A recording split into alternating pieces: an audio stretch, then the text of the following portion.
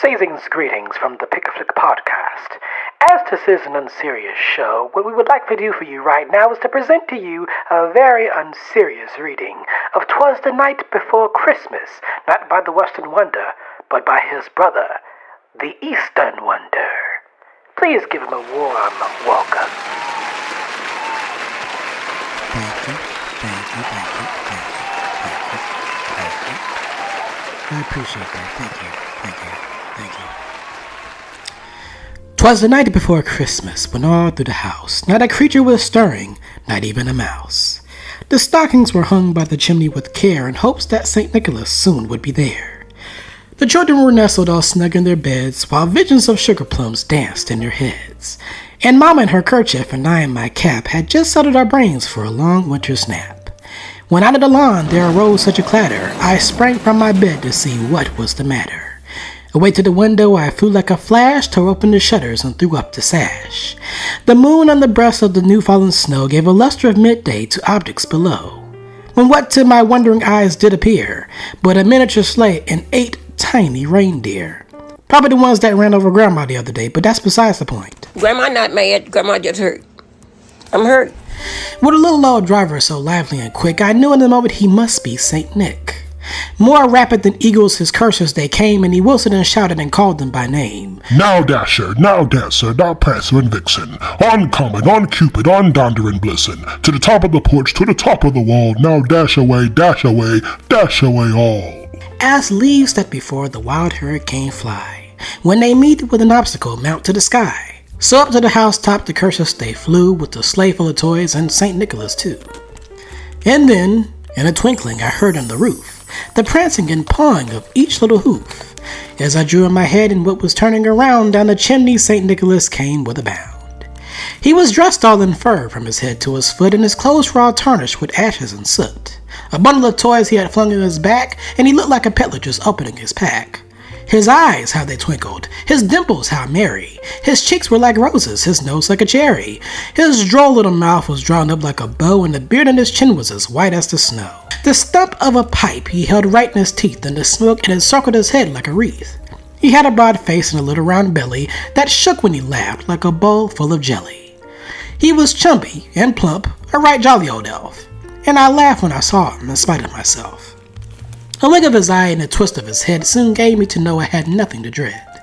He spoke not a word, but went straight to his work and filled out the stockings, then turned with a jerk. And laying his finger aside of his nose and giving a nod up the chimney, he rose. He sprang to his sleigh, to his team gave a whistle, and away they all flew like the down of a thistle.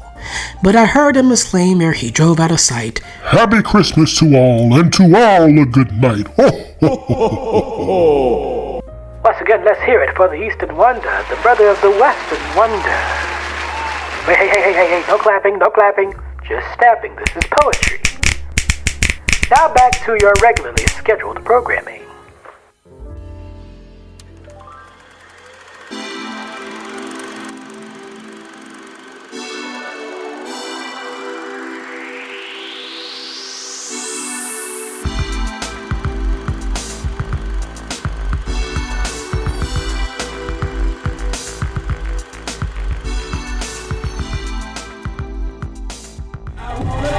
Big taser, never really blunt.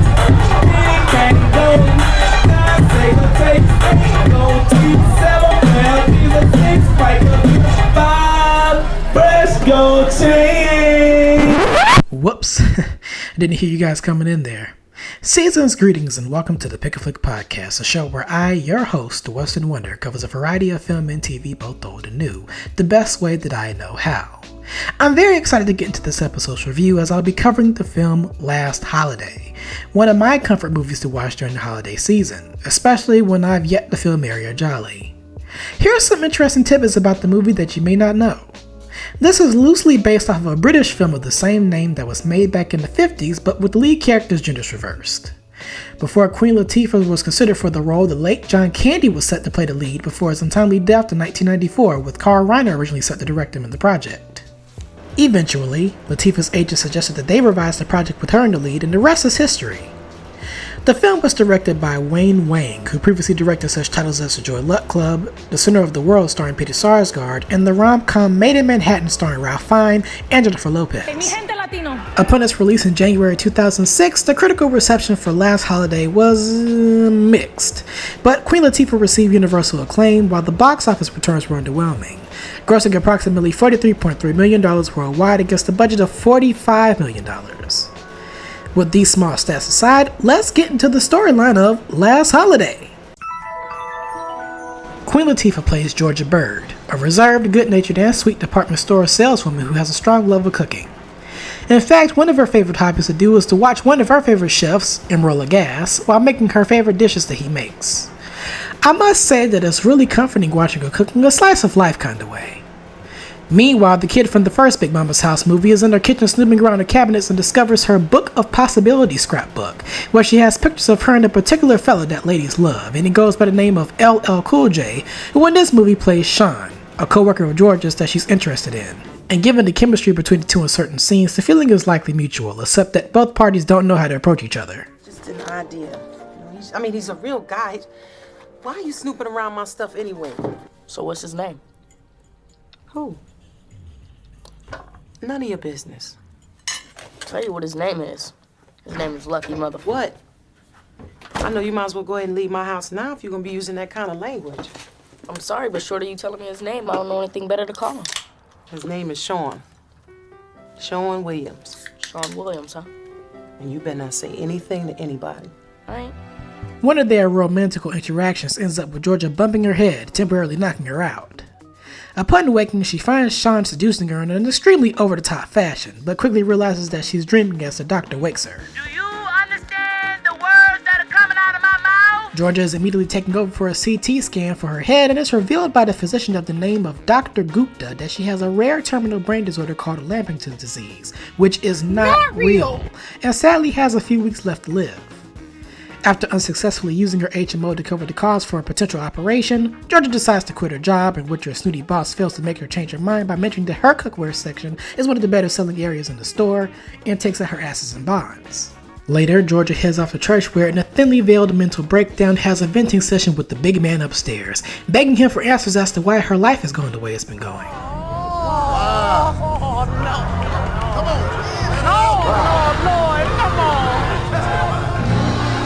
Lord, why? I don't understand. I followed your commandments, Lord. Why it happens me?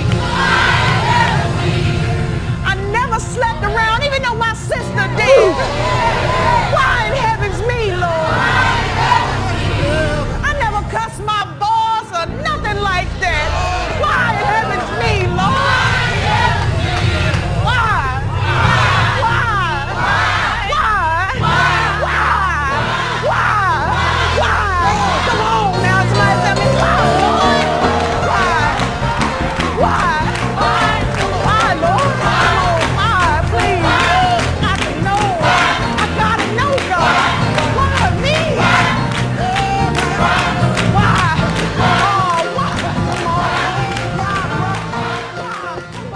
After going through her Book of Possibilities earlier, she ultimately decides to fulfill one of her dreams. A vacation to the Czech Republic at the immersive Grand Hotel Poop, a spot so luxurious that it was the inspiration behind the setting of the Grand Budapest Hotel film.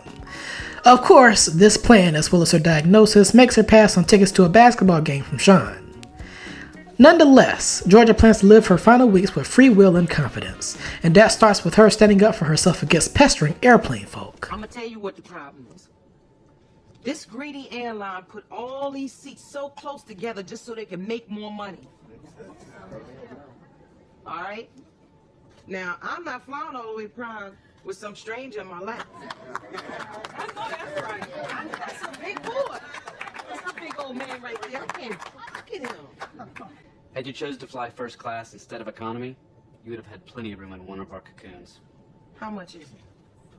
Beg your pardon? How much for the damn cocoon? After upgrading her flight seat to first class and receiving an additional helicopter ride, Georgia finally arrives at the hotel, to the surprise of the hotel attendants who weren't expecting her for another couple of hours. Rather quickly, Georgia begins to leave a credible, humble impact on the rather reserved hotel staff, with the exception of her uptight service manager, Miss Gunther. Such good deeds also attract the attention of one of Georgia's other favorite culinary figures, Chef Didier, played by Gerard Depardieu, who is immensely impressed with her spirit and culinary taste, and a crew of some money-making individuals, including Senator Dillings, played by Giancarlo Esposito, and one Mr. Matthew Cragen, played by Timothy Hutton, the latter of whom owns the chain of department stores that Georgia works or worked for. Also under Cragen's wing is not his wife, but his mistress-stant Allison, played by Alicia Witt. Rumors start spreading around that Georgia is a rich woman who's there for a meeting with the senator, which we know isn't true. However, her genuine and down-to-earth demeanor wins over Cragen's crew, making him suspicious of her true intentions and overtly competitive towards her.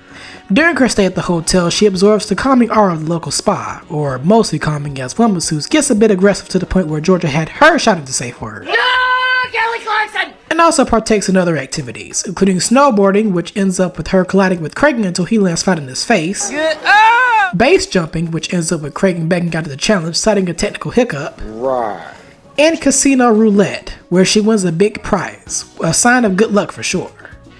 She also has personal interactions with Senator Dillings, who shows a romantic interest, but is politely turned down by Georgia due to the lack of support for his local community, as well as Allison, who laments her relationship with Cragen. None of the other women at the company will even talk to me. I'm marked by this. And there's no one in my life who I can talk to about it. I wouldn't lose too much sleep over what other people think. I've been at the company 6 years. I've worked really hard, you know. Oh, you don't understand. I hate the retail business. Oh, believe me, baby, I understand. I worked in the retail business for 10 years myself. I know you holding out some hope, but come on. They're never bad people. They're greedy people. They want a little bit of this, a little bit of that, a little bit of that, a little bit. They ain't leaving their wives. Yeah, you just need to leave him. It's not that easy. If I leave him, I'll have to quit my job. What am I gonna do? I didn't finish school. Well, then you go back to school. There now, we solved it. Let's tackle something heavy like world hunger. Cragen's competitive nature eventually turns into desperately searching for information about Georgia to soil her name amongst his crew, going as far as to bribing Miss Gunther to find out some information about her. And while Georgia is waitlisted to one of the most legendary R&B figures to ever sing about gangbanging and gasms, Smokey Robinson, Miss Gunther discovers Georgia's will during her search, leaving her an emotional guilt for even going through the action in the first place, and later admits her snooping to Georgia. Please don't die, Miss Baird. I read the note. You went through my stuff? Oh yeah, I go through everyone's stuff. I apologize. I'll tell you the truth, I'm kind of relieved to have somebody to share with. Don't worry. I'll be with you here to the very end. I don't know if I want to be here to the very end. Why are you here with these terrible people? You should be with people you love. Yeah, I've been thinking about that myself. One in particular. It's time I go home and find him. Meanwhile, across the water, Sean gets concerned about Georgia and gets a scoop of her diagnosis via Dr. Gupta, who is now starting to question the validity of her test results, and her current whereabouts via Big Mama's house kid, and on a whim, trots off to the Czech Republic to find her. The next morning, which falls on New Year's Eve, Georgia, under the suggestion of Miss Gunther, books a flight back home to spend the rest of her days with the people she truly loves, including Sean, who just made it over to Europe. However, an avalanche causes a traffic jam, leaving Georgia to return back to the hotel and Sean ditching his taxi ride to walk on foot. Chef Didier, who has built a close friendship with Georgia over the past couple of days or weeks, has been reported about her diagnosis and has a moving conversation with her in the kitchen whilst preparing for the big New Year's Eve party. What is this? It's a turnip. No, it's not. That can't be no turnip. The poor baby turnips. Nobody likes them, you know. Of course. Life is easy if you are a truffle or shiitake mushroom. But the turnip is to be loved because she's a self-made woman of vegetables. All the others, you can only destroy with cooking. But the turnip, she gets better. So, you see, it's not how you start, but how you finish. More discovery-related subplots occur. Cregan finds out her true occupation while the doctor who ran her CT scans finds out, in fact, there is nothing wrong with her and quickly rushes the news over to her house, passing it on to Big Mama's house kid. We get another emotional moment where Georgia speaks to herself in the mirror. You have been very lucky. Well, you didn't get everything you wanted, but you...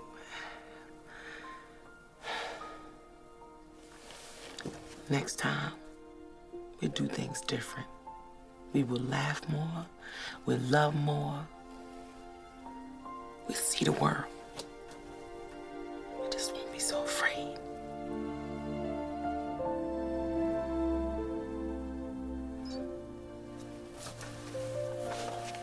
Happy New Year.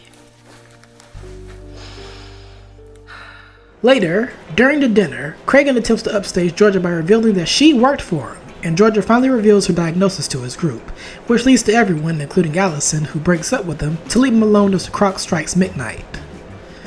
As Georgia and Allison are speaking, one of the hotel staff alerts them that Cregan is contemplating suicide by jumping off a window ledge, and Georgia, of course, being the nice person that she is, joins him by the ledge to talk him out of it and gives him some helpful advice on how to be a less greedy and nicer person. You'd like me to jump? Well, don't start people pleasing now. Matthew, come back in here. You know you're not going to jump. You couldn't even jump off the dam. Equipment failure. See, you know... Miss Burns, let me handle this, please. Mr. Cregan, you know what? You're really starting to piss me off. Give me that. No. Oh, heads up! Damn, that is a long drop. Look, a guy like you has all the money and time in the world to turn things around for himself, you know? So just stop whining and get with it. Get with what, exactly? I don't know. I mean, I don't have Georgia Bird's 5 rules to how to be a better human being. All I know is if you want somebody to care about you, stop trying to buy and sell them all the time. Soon after, Sean reunites with her to admit his feelings to her, and Miss Gunther appears with the good news that after a mixed diagnosis, Georgia is not gonna die after all.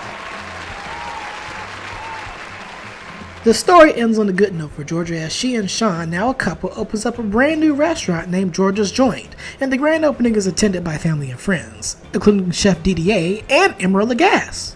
The supporting characters are also revealed to have bettered their lives after their meetings with Georgia. Well, except for her old boss, who got ran over by a bus in the end. Oh no! Now to get my rating out of the way before I quickly express my thoughts about this movie, I'm going to give this film the rare 5 out of 5 popcorn buckets. Now is this some new groundbreaking storytelling? Well, not quite per se, but does it take you on an emotional roller coaster of laughing, smiling, and holding back tears? Absolutely, which is why it's the perfect sentimental comfort movie to watch for the holidays. Underneath the warm cinematography and direction is a very wholesome message of living your life at the fullest because tomorrow is never promised, while expressing empathy and compassion for others. A heartwarming, feel-good movie all around. In terms of rappers turned actors, Queen Latifah is at the tippy top of my list in terms of how the career trajectory went. She has a hefty list of credits that reaches all kinds of demographics, whether it be a drama like Set It Off, comedies like Beauty Shop and Bring It Down the House, or musicals like Chicago or Hairspray, and even voiceover work in the Ice Age franchise. She's been such a joy to watch or hear on screen since childhood, and she deserves every bit of flowers she gets her way. Her portrayal of Georgia is played with such kindness that it was beautiful to see her journey of self-worth and development as the story progressed. The supporting cast is also fun. LL Cool J and Giancarlo Esposito stand out as the charismatic figures, and I also enjoyed Timothy Hutton as a smarmy Cregan and Alicia Witt as his assistant. What else can I say about this other than to check this out if you haven't this holiday season? Perhaps it'll become a comfort movie of yours just as it's become mine in recent years. And that will be a wrap on this review. Next up on the Pic-a-Flic podcast, the return of the Flicky Quickie Corner with a mini review for Nosferatu, and discussing a few episodes of the upcoming second season of Netflix's Squid Game. If you enjoyed this episode and you'd like to be the first to get notifications on when new reviews drop, be sure to subscribe to the pod wherever you listen to said shows, and tell a friend to tell another friend to check it out. Also, if you want to follow the show on social media, we can be found on Twitter, Instagram, and TikTok at least until the next month under the username handle at Pic-a-Flic Pod. That is at PICAFLICPOD. If review logging is your thing, then you may be familiar with Letterboxd, where you can also find non-audio exclusive reviews that I do on the aforementioned Pic-a-Flic pod username. Lately I've been playing the game of catch up for some buzzed about films this year, so I've recently logged films such as Conclave, Honora, and Heretic, so be sure to follow me there if you use that. Once again, thank you all for tuning in for this review, and I hope you enjoyed your stay, and I hope you have a very happy holidays with your loved ones. Until the next one, this is the Western Wonder, and I'm signing out. Peace. Bye, have a great time.